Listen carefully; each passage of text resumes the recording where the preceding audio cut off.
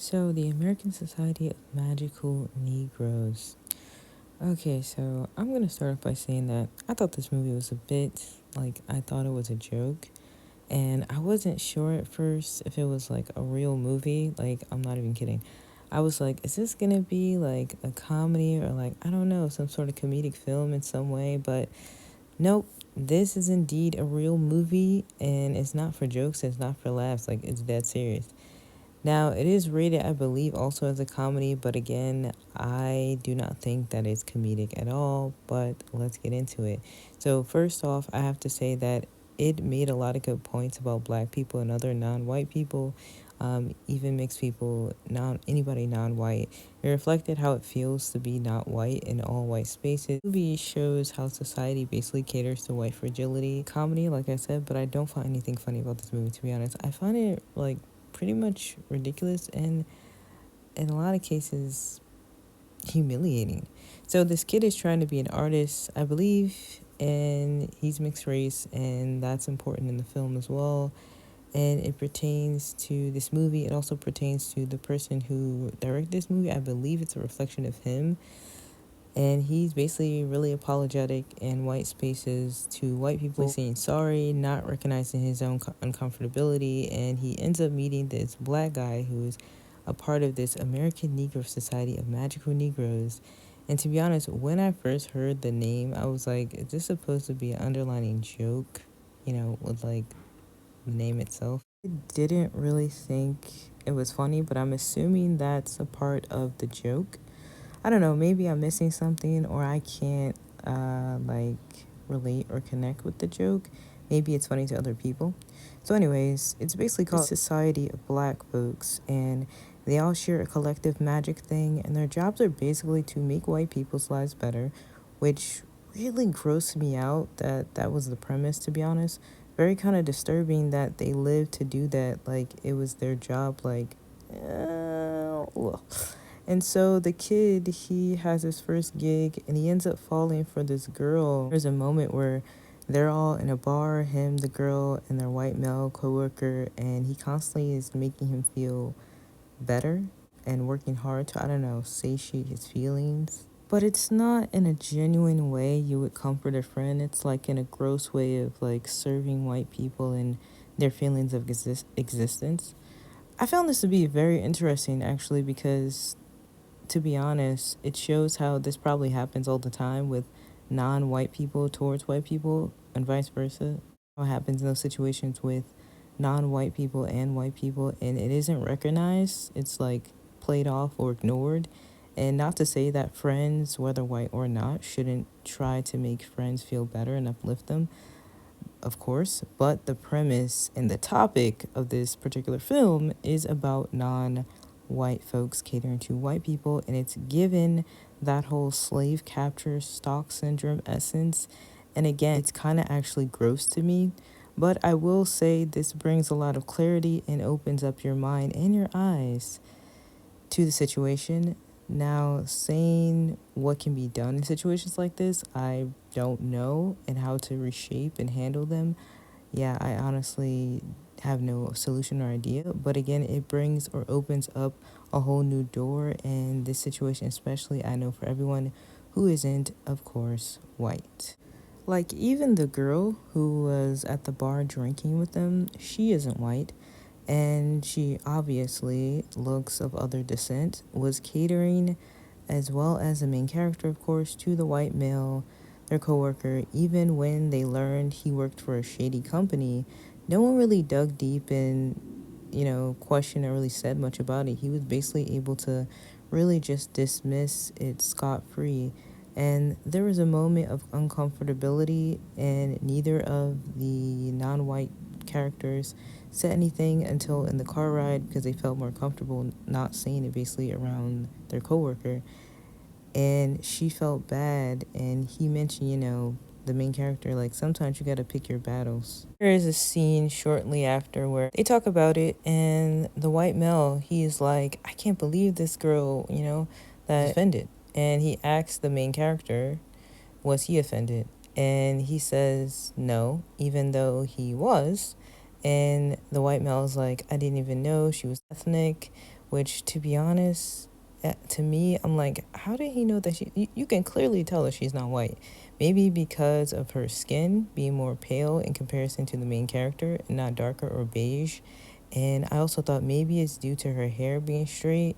And I also was like, that's probably how white people classify race in America, or maybe in general. He's like, I care so much about this issue, about the issue. Like, care about what issue exactly? Like, what do you mean?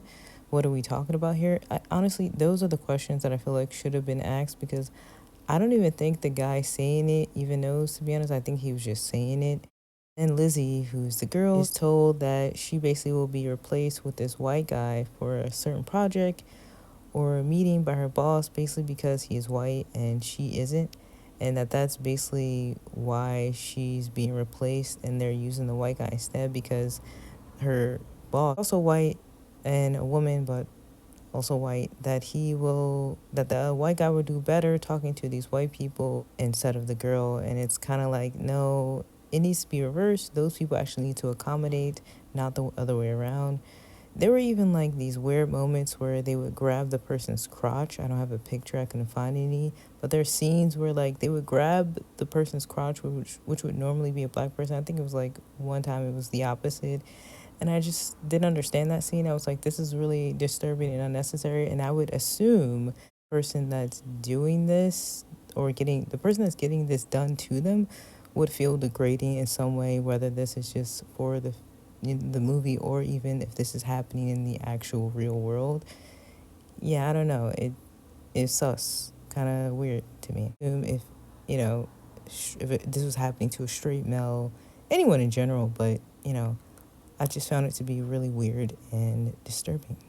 Like I said, this happening to anyone is not okay, but I would assume for this specific movie, at least especially the demographic and gender of this, that it would be offensive and it would be uncomfortable.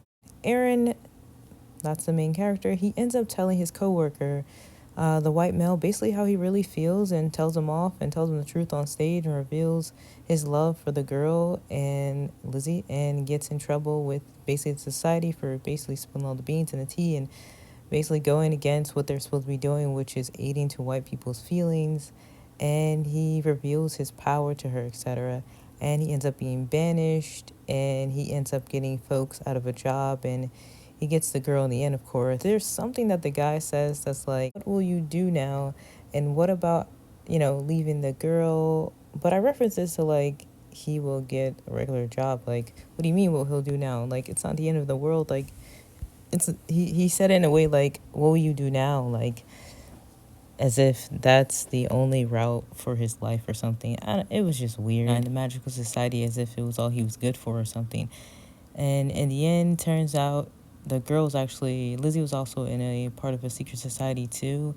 And I will say, this film had a lot of problems in it, and I can see why many people made reviews on this and talked about how problematic it was, and it is. So my final thoughts of this movie, I looked into what other people were saying afterwards, and someone made a really good point via the review on the movie about how there was barely any magic in this movie for what the title was called. And I thought, you know what? They right. Premise off of magical Negroes, and it's like, where is the magic? All they did was teleport. There was no magic, to be honest. It's damn near a spoof to me, and I'm surprised that this is being considered an actual movie. Like, no disrespect, but this is kind of a joke. I would be insulted by this, especially if I not only played a role in this, but if I was a black male and this comes off as just wrong and not funny. Like, I don't know, it just seems not cool. It seems not right. And I was also really surprised that a mixed black guy wrote this. It was kind of odd.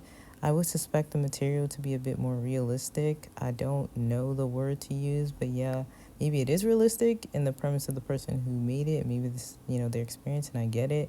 Honestly, after saying that, I realized maybe it is realistic, and this is the actual experience of the person who made this film, and them not realizing what actually the depth of this.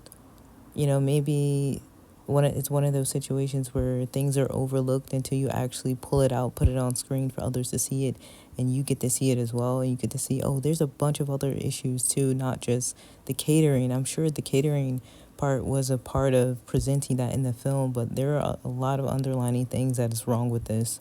And again, if people are actually doing this stuff in real life and this is happening, this is not good, especially as, there could be this push and pull and tug and pull. I can understand from being mixed and not, especially the main character being black and white, so his perception could be different. But yeah, I'm not gonna fully get into that, but that's a whole like case study I can like open up one day. But yeah, definitely Magic could have been had it a lot more. I think some people thought like it was gonna be like the Black Harry Potter, and they had high expectations for it. And yeah, I didn't watch the trailer, so I honestly didn't really have high expectations for this movie. But yeah, I can definitely see why people did not like this movie one bit. And I agree, more magic should have been used, and perhaps a bit of a better rewritten script. Yeah, that's my review.